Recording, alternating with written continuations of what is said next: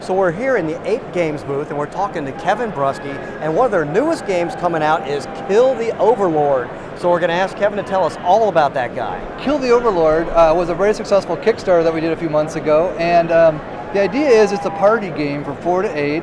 It's a hot potato passing game. Cool. One player, all the players take a role, kind of like the Great Del Moody. Everybody's got one of the roles. One of the roles is the Overlord. The Overlord has the distinct advantage of starting the game with this execution order. The execution order, he gets to pass to another player. That player is going to have a very small hand of cards that they're going to use to deflect the execution order to other players. Okay. And so the execution order passes around the table until someone can't deflect it anymore. At that point, that person is eliminated, and the Overlord once again takes the execution order, passes it to another player. This continues in fashion until either A, the Overlord is the only player left alive, in which case he wins the game. Right. Nobody wants that, so you players usually pool up and smash the Overlord and get him executed, at which point a new round starts. Players get all new ranks, all new roles.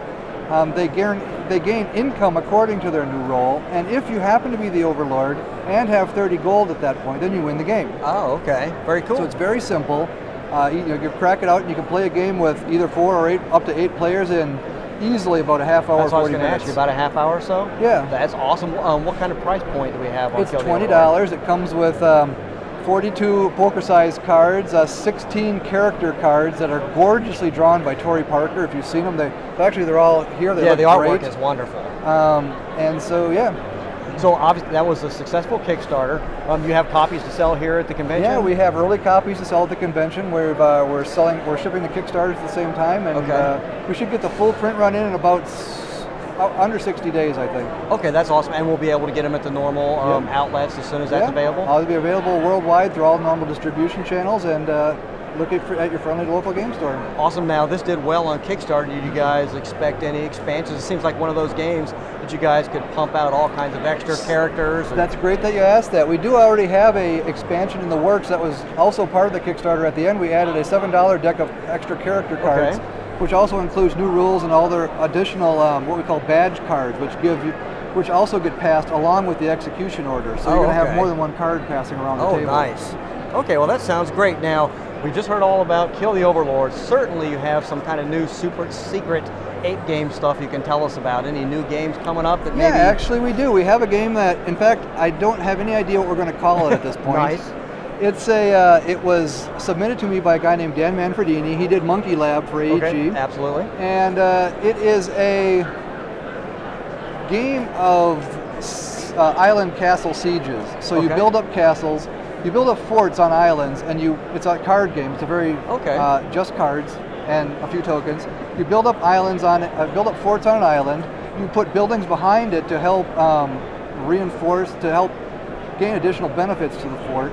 And you build ships that you can send out to other people's forts to help before they get too powerful. You can try to knock down their forts with your ships. It's the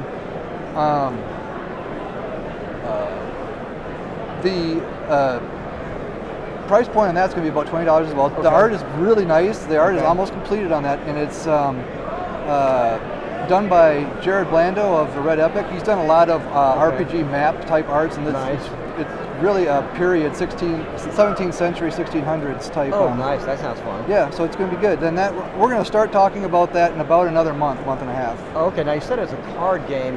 Do you actually have a layout? You were talking about the islands and the castles and everything. Is it strictly played as a traditional card game, or are they laid out and you have end up having your player area with stuff? Yeah, you've got a player area in front of you, and your opponent. It's a 2-player game right now. We're looking at 4 players before it actually gets out the door. We're still playing with that. But right now it's a 2-player game that works really well. And I've got my own little fort area. I build a fort, and you've got a deck of cards. And the deck of cards, when you draw from it, you start the game with 3 cards. Okay. And cards can be ships, buildings, or forts. Okay. You have to build. If you build a fort, you put bricks on it to reinforce it when you build it. Right. The number of bricks that are on it when it start building is pretty much what you're going to get. And when people send ships over, they're going to knock those bricks out by rolling dice. Gotcha. And the colors that come up when they roll dice are bricks they're going to knock out of your fort. Okay. But at the same time, you're trying to put buildings behind it to help reinforce it somewhat, and also to provide additional benefits to it. So it's sort of a race between building forts that are strong enough, getting buildings behind it fast enough before your opponent knocks them down to get enough victory points. Well, that sounds really cool. I think it will be. Okay, well, we really appreciate you taking the time to talk with us today. If people want to find out more about Kill the Overlord or any other great games that Ape has, where can they go to find out that information? ApeGames.com, APEGAMES. Awesome. Well, thank you very much for your time today, Kevin. Thanks for stopping by, Thanks a lot. guys.